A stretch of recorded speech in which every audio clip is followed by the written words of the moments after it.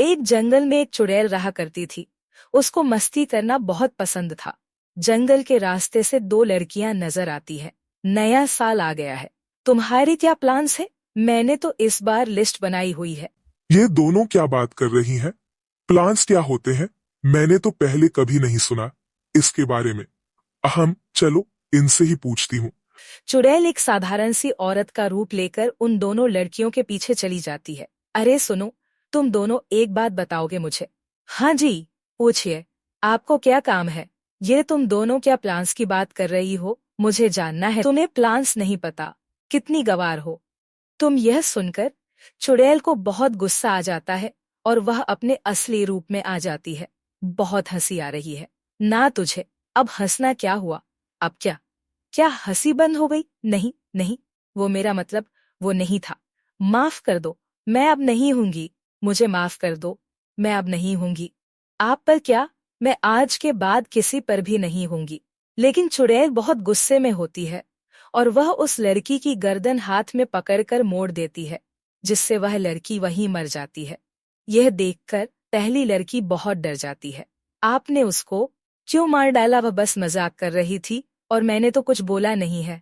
आपको तो मुझे जाने दीजिए, मैं किसी को कुछ नहीं बताऊंगी। हाँ हाँ, ठीक है, किसी को कुछ मत बताना, लेकिन मुझे जरा एक बात तो बताओ, ये प्लान्स क्या होते हैं? तुम दोनों क्या बात कर रहे थे? प्लान्स वो होते हैं जो काम हम पूरे साल करना चाहते हैं, लेकिन एक सोच के साथ हम उसी के बारे में बात कर रहे थे कि हम इस साल क्या क्या करना चाहते हैं। ये तो बहुत अच्छा है। मैं भी अपने नए साल के प्लान्स बनाऊंगी और उसको पूरा भी करूंगी। मैंने कभी प्लान्स नहीं बनाए। तो क्या क्या अब मैं जा सकती हूँ? मैंने तो सब ठीक बता दिया ना। आपको कितनी भोली है। तू पागल, मैं एक चुड़ैल हूँ, तूने मेरी बात पर भरोसा कर लिया। इतना बोलकर चुड़ैल उसको भी मार देती है और खा जाती है। फिर उसके बाद वह अपने घर चली जाती है। चलो अब मैं भी अपने नए साल के प्लान बना लूं। मुझे क्या क्या करना चाहिए, जरा सोचूं। तो तभी चुड़ैल की नजर अपने घर पर पड़ती है, जो बहुत गंदा और बिखरा होता है। मैं कितने गंदे घर में रहती हूँ। मेरा पहला प्लान यही होगा कि मैं अपने घर को साफ रखा करूंगी। चुड़ैल अपना घर अच्छे से साफ करती है और वहां से घूमने निकल जाती है। वह भी एक साधारण रूप लेकर वह रास्ते में घूम रही होती है कि उसको एक और इंसान दिखाई देता है।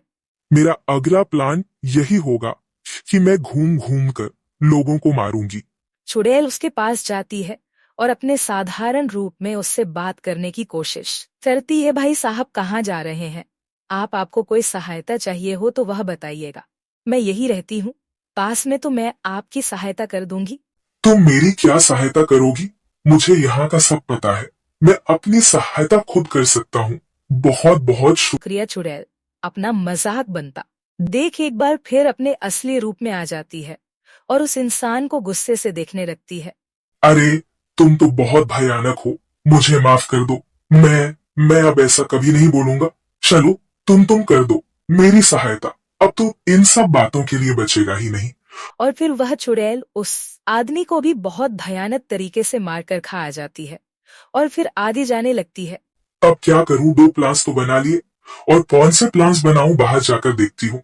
ऐसा बोलते बोलते चुड़ैल एक गांव में पहुंचती है। वहां वह देखती है कुछ बच्चे नए नए खेल खेल रहे हैं।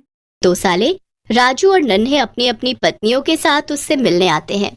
राजू धर्मदास से बोलता है, वाह जीजा जी, क्या मकान लिया है आपने? बिल्कुल महल लग रहा है। ऐसा मकान तो पूरे जिले में किसी के पास नहीं है। इतना माल टाल कहाँ से लाए? बहुत अमीर हो गए हो। हमें भी बताओ, थोड़े अमीर हम भी हो जाएं। तुम दोनों मेरे साले ना होते तो तुम दोनों को इस महल का चौकीदार बना देता। कहाँ से लाए हो पैसा? अरे भाई, मेहनत के हैं और क्या, जो तुम दोनों नहीं करते। करो तो तुम भी अमीर हो जाओगे। तेरी ये गलती है कि तू इस कंगाल खानदान में पैदा हुआ और इस जोकर राजू का भाई है, समझा? सुनकर परेशान हो गई हूँ। या तो अब ये घर में रहेगी या मैं। फिर सोनी मुंह ऐंठ के पल्ला झाड़ती हुई वहां से चली जाती है। अरे बेटा, ये कैसे दिन आ गए हैं जो मुझे अपने ही घर में रहने के लिए सुनना पड़ रहा है। बस कर माँ, तेरी वजह से इस घर में रोज रोज कलेश होता है। मैं तंग आ गया हूँ रोज रोज की खिटखिट से। तू अपना बोरिया बिस्तर बांध ले, कल सुबह मैं तुझे वृद्धाश्रम छोड़ के आऊंगा। बुढ़िया दंग रह जाती है कि उसका बेटा ही उसे घर से निकालने को तैयार है तो किसी और से क्या कहे। आधी रात को ही बुढ़िया 2 जोड़ी कपड़े लेकर घर से बिना किसी को बताए निकल जाती है। सुनसान रात को काले अंधेरे में खाली सड़क पर बुढ़िया अकेले चल रही होती है।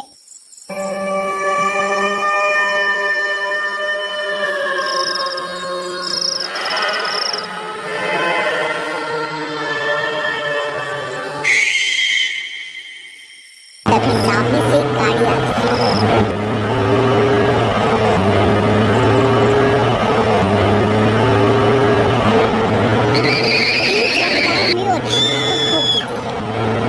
बुढ़िया वहीं एकाएक ढेर हो जाती है। गाड़ी तेज रफ्तार में निकल जाती है। अकाल मृत्यु के कारण बुढ़िया एक चुड़ैल का रूप ले लेती है।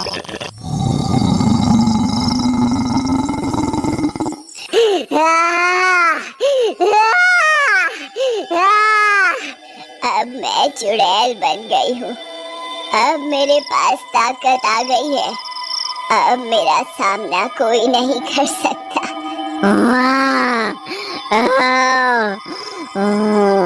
चलो चलते हैं अपने घर वापस। बूढ़ी चुड़ैल सुबह होने से पहले अपने घर वापस आ जाती है और एग में जाके बैठ जाती है। वहीं बैठकर अपने बेटे बहू के उठने का इंतजार करने लगती है। सुबह होने पर अलार्म बजता है। अजी अलार्म बंद करो, आज मैं थोड़ा लेट उठूंगी आराम से। वैसे भी रोज रोज के ड्रामे से मेरा सर दुखने लगता है।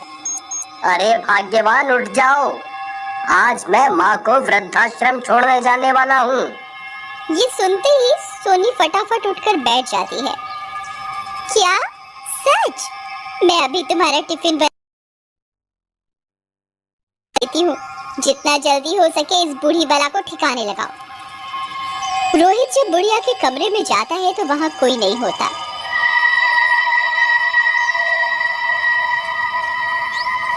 कमरा खाली पाकर वो सोनी को बताता है, चलो अच्छा ही है, बुढ़िया खुद ही कहीं चली गई, हमारी टेंशन ही खत्म हो गई। अब कोई पूछेगा तो कह देना कि उनकी दिमागी हालत खराब थी, पता नहीं रात को कहीं निकल गई। हमारे ऊपर इल्जाम भी नहीं आएगा। दोनों पति पत्नी हंसने लगते हैं।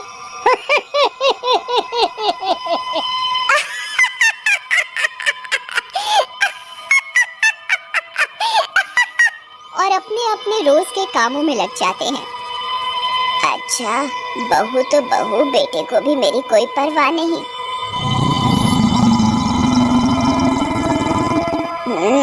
इस बहू ने मेरे बेटे को भी अपने जैसा ही बना दिया। अब देख बहू रानी, कैसे मैं तेरी चुटिया खींचती हूँ। तूने बहुत परेशान किया है ना मुझे। देख अब तेरा जीना कैसे हराम करती हूँ। रोहित के ऑफिस जाने के बाद सोनी छत की सफाई करने लगती है। बूढ़ी चुड़ैल भी उसके पीछे पीछे जाती है। सोनी झाड़ू मारने लगती है। चुड़ैल साफ जगह पर फिर से कूड़ा बिखेरने लगती है। अरे ये कोना तो मैंने अभी साफ किया था। शायद भूल तो नहीं गई, क्योंकि साफ किया होता तो गंदा नहीं होता। चुड़ैल सोनी के पीछे खड़ी होती है। सोनी वो जगह फिर से साफ करती है।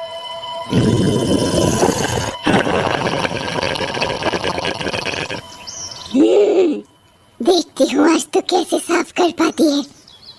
चुड़ैल फिर से पीछे पीछे कचरा बिखेरने लगती है।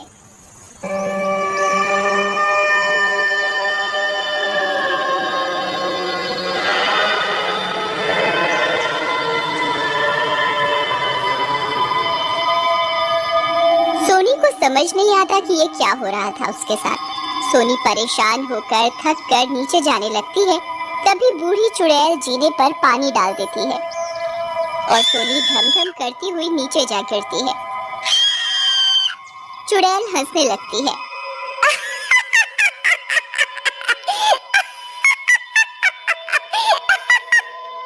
हाय मेरी कमर, अम्मा, कमर ही टूट गई मेरी तो आज। हे राम।